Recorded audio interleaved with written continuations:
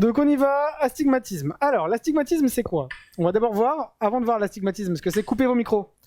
Avant de voir l'astigmatisme, ce que c'est, on va voir ce que c'est que le stigmatisme. Alors, le stigmatisme, c'est quoi? Juste le stigmatisme. Hein. En gros, c'est... On a une lentille.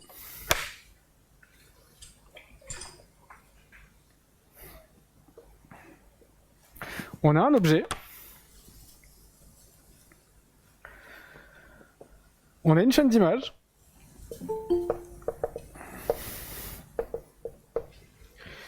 Et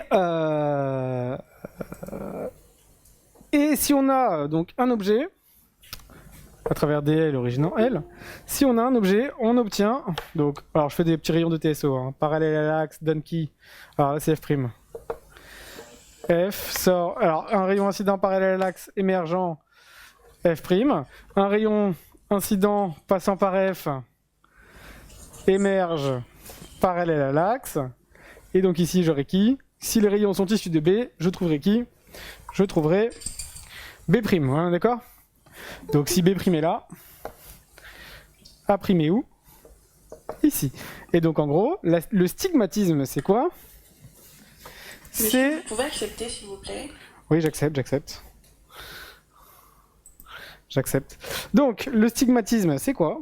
C'est un point objet donne un point image. C'est tout con. L'astigmatisme, à votre avis, c'est le contraire, c'est quoi? Un point objet donne plusieurs points l'astigmatisme est donc direct. Si il est dans le rouge, l'angle est dans le rouge, l'angle que celui de celui qui est à droite. Il est donc inverse. Et si il est dans le bleu, il est oblique. Et après, vous allez me sortir la question, bien évidemment, tous les ans, comme je l'ai touchant. Monsieur, est-ce que si c'est 30, c'est oblique, ou si c'est direct, ou est-ce que c'est 60, c'est oblique, ou inverse? Quand c'est une frontière, c'est tout sauf oblique. Quand c'est une frontière, c'est tout sauf oblique. Donc 30, c'est direct. 60, c'est inverse. 120, c'est inverse. 150, c'est direct. Et tout le reste, bah voilà. Dès que c'est une frontière, le sujet me dit quoi? J'ai une direction qui me semble plus nette, plus noire, plus contrastée que les autres. Ça veut dire automatiquement qu'il y a un astigmatisme. Qu'en gros, il y a une tâche qui est plus grosse que l'autre. D'accord? Et si le sujet me dit je préfère la direction 7-1, ça veut dire que quoi? Ça veut dire que son extériorisation est comme ça. Ça veut dire que son image rétinienne est comme ça. Ça veut dire que dans son œil, les images sont comme ça. Ok? Ça veut dire en gros que, en fonction de quoi? De la direction que le sujet va me donner, je saurai que quoi? Que 30, il est derrière. Et donc que l'axe du cylindre négatif compensateur, c'est 30. D'accord? Donc, l'idée c'est en fonction de la réponse du sujet, je sais dans quelle configuration je vais être, et donc quel va être à peu près l'axe complémentaire d'une personne qui a son verre, donc qui devrait porter plus 3, moins 2 à 0, et qui porte à la place de ça, plus 3, moins 2 à 20. Ça va? Donc je viens de trouver la réfraction complémentaire. Il faut faire toutes ces étapes. Distribuer le moins, mettre tout de même signe, les cylindres de même signe, identifier alpha 2, alpha 1, calculer 2θ, tracer C1, C2 et CR, mesurer CR, mesurer 2 phi, calculer SR. Donc je sais juste que j'ai deux formules aussi à connaître, que je vais vous noter en vert.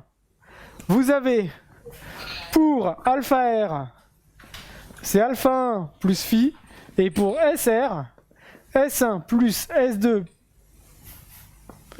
plus C1 plus C2 moins CR sur 2. Voilà les deux formules qu'il faudra connaître pour pouvoir trouver SR et alpha R, sachant que CR, je le trouve comment? Qu'en fait, quand vous dites que le cylindre, c'est moins 0,75, c'est pas moins 0,75.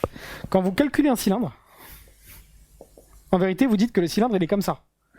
Ça veut dire que vous avez le CMD sur la rétine. Alors, je vais éviter de prendre 0,75. Ici, je vous change, je vous mets 10. Ça vous va? Pour que ce soit plus simple. 10 dixièmes et 10 dixièmes. Donc ici, le cylindre, il serait de inférieur ou égal à une dioptrie. Ouais. Donc ici, je mets moins 1. Ce sera plus simple. Pour les calculs, ce sera plus simple. Delta, ok, très bien. Donc là, vous avez un cylindre de 1 dioptrie. D'accord? Mais en fait, quand vous avez un cylindre de une dioptrie, ça veut dire qu'en fait, entre les deux, vous avez combien? Vous avez une dioptrie. Ça veut dire qu'en fait, vous avez ici moins 0,50 et ici plus 0,50. En fait, quand vous avez une réfraction complémentaire avec un cylindre de 1, sachant que c'est donc 90 ici, donc là c'est M'90 et là c'est M'0, vous avez donc un cylindre qui serait de plus 0,50 moins 1 à 90. La formule de la réfraction complémentaire, c'est pas juste un cylindre de 1, mais c'est plutôt tout ça en fait. Et donc en réalité, quand vous estimez un cylindre, celui qui me dit juste mon cylindre c'est 1, je lui mets 0. Le cylindre c'est pas juste 1, mais c'est quoi? Plus 0,5 moins 1. Et voilà. Je mets ce qu'on appelle la sphère cylindrique. La sphère du cylindre. L'effet sphérique du cylindre, on appelle ça comme ça. D'accord? Donc, à chaque fois que vous avez un cylindre, vous mettez la sphère correspondante juste à côté. Et ce sera toujours quoi? La moitié du cylindre avec un signe contraire.